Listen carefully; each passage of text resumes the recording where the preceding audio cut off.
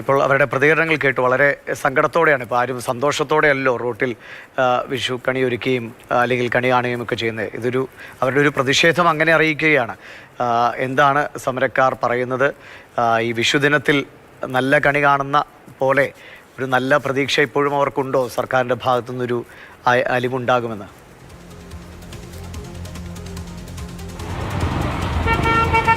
തീർച്ചയായിട്ടും ഈ സെക്രട്ടേറിയറ്റിന് മുന്നിൽ സമരം ചെയ്യുന്ന രണ്ട് വിഭാഗം ആളുകളുണ്ട്. ഒന്ന് ആശാപ്രവർത്തകരാണ്, മറ്റൊന്ന് വനിതാ സിവിൽ പോലീസ് ഓഫീസർ റാങ്ക് ലിസ്റ്റിൽപ്പെട്ടവരാണ്. അവർ രണ്ടുപേരും ഇപ്പോഴും പ്രതീക്ഷയിൽ തന്നെയാണ്.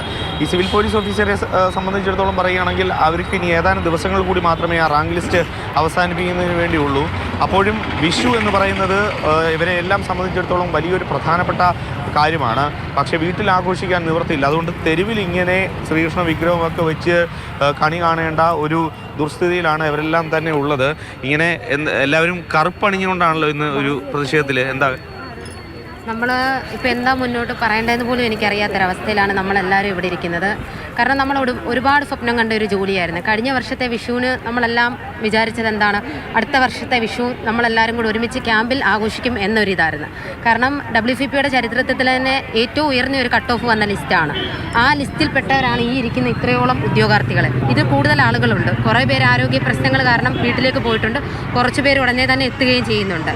നമ്മളെല്ലാവരും സ്വപ്നം കണ്ട ഒരു ഇതിലേക്ക് എത്തിയിട്ടില്ല ഞങ്ങളെ ഇതുവരെയും. കാരണം കാലാകാലങ്ങളായിട്ട് 700-ന് പുറത്ത് വേക്കൻസി വന്നുകൊണ്ടിരുന്ന ഒരു പോസ്റ്റാണ്. ഇത്തവണ വെറും 292 നിയമനങ്ങൾ മാത്രമേ നമുക്ക് തന്നിട്ടുള്ളൂ.